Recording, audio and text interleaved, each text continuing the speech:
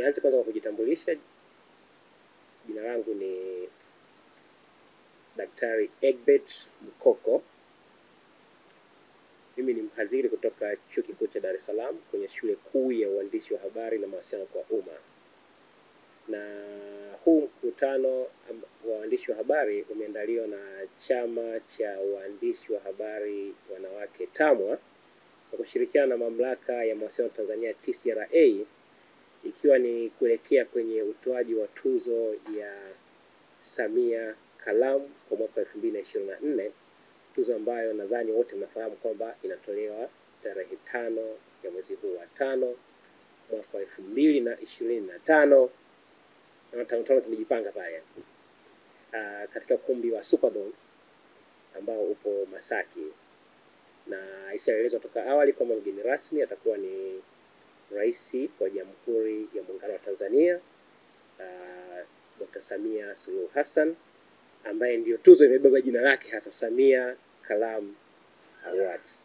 Nitasoma taarifa ambayo tumeiandaa sisi majaji, nikiwa kama kiongozi wa jopo hili la majaji.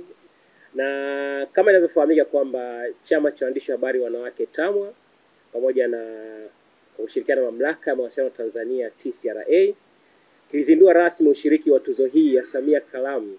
Ilikuwa ni tarehe 13 ya mwezi Oktoba mwaka 2024.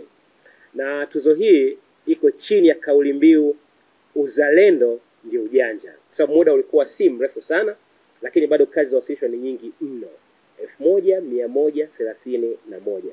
Sasa sisi kama majaji tunatoa pongezi kwa TAMWA pamoja na TCRA ambao walituamini kama tunaweza tukafanya kazi hii kwa uaminifu na kwa uadilifu halikadhalika. Mwisho kabisa, katika kumaliza, niwahakikishieni Watanzania kwamba mchakato mzima uliendeshwa kwa viwango vya hali ya juu sana, kwa uadilifu wa hali ya juu sana, na kwa umakini wa hali ya juu sana.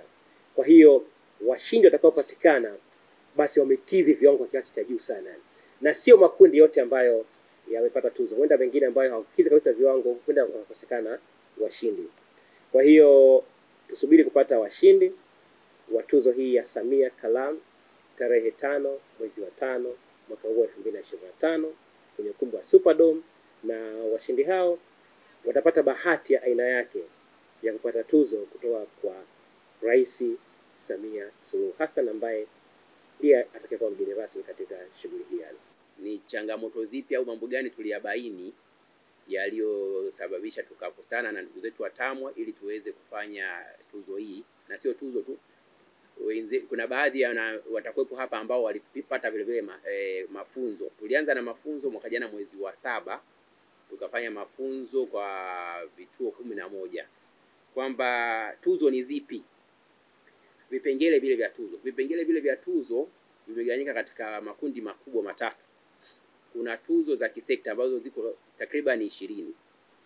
Lakini kuna tuzo za vyombo. Wote wengi hapa tunatokea kwenye vyombo mbalimbali. Kwa hiyo kulikuwa na tuzo za vyombo vya habari. Kwa hiyo tutapata tuzo ya chombo redio, televisheni, magazeti, online.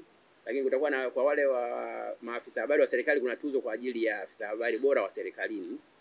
Kisha kuna tuzo sasa za wale wabobevu. Kwa hiyo zitakuwa 2, moja kwa upande wa Tanzania bara, nyingine kwa upande wa Tanzania visiwani, pamoja na tuzo ya mwandishi mahiri, na mwingine ni kwa ajili ya masuala ya nishati safi ya kupikia. Kwa hiyo jumla kabisa tunatarajia siku ile tarehe 5 mwezi wa 5 mwaka huu 2025 pale the Superdome tutatoa tuzo kwa watu takriban watu au na vyombo kwa jumla 31 zitatolewa siku hiyo.